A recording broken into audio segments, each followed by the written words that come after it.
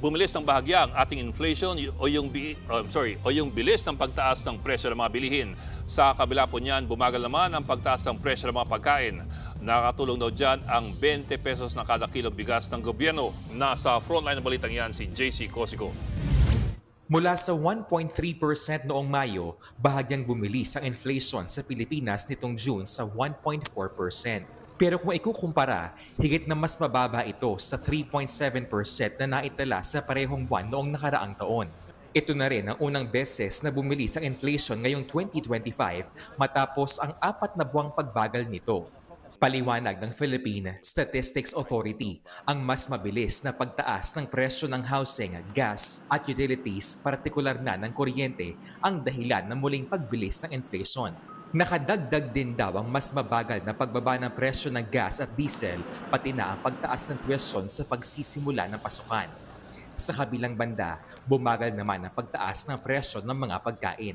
Mula sa 0.7% noong Mayo, bumagal ito sa 0.1 ngayong Hunyo. Higit na mas mababa rin sa 6.5% noong nakaraang taon ng parehong buwan. Ayon sa PSA, epekto ito ng pagbaba ng presyo ng gulay, mais, cooking bananas at ng bigas na bumagal sa negative 14.3% ang inflation ngayong buwan mula sa negative 12.8 noong Mayo. Ito na raw ang pinakamababang year-to-year inflation sa bigas simula noong 1995. Ayon sa PSA, epekto na ito ng 20 pesos na bigas ng Administrasyong Marcos. I was informed that even doon sa sample outlets natin, pumapasok na yung 20 peso per kilo na rice. So may impact na siya. Yun nga lang, bumilis naman ang pagtaas ng presyo ng karne ngayong buwan sa 9.1% kumpara noong 7.9 noong Mayo. Tingin dyan ng Department of Agriculture.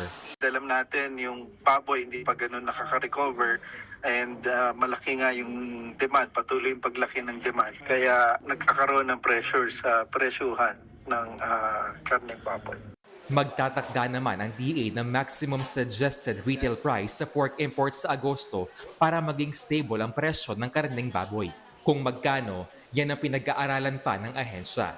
Babantayan din ng PSA ang magiging epekto ng gyera ng Israel at Iran na naging sanhi ng sunod-sunod na oil price hike.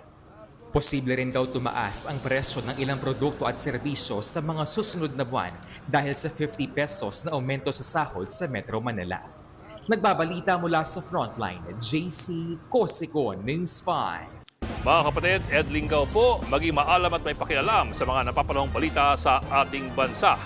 Para sa mas malilimang pagtalakay at paghimay sa mga issue at headlines, mag-follow at mag-subscribe sa social media pages ng News 5.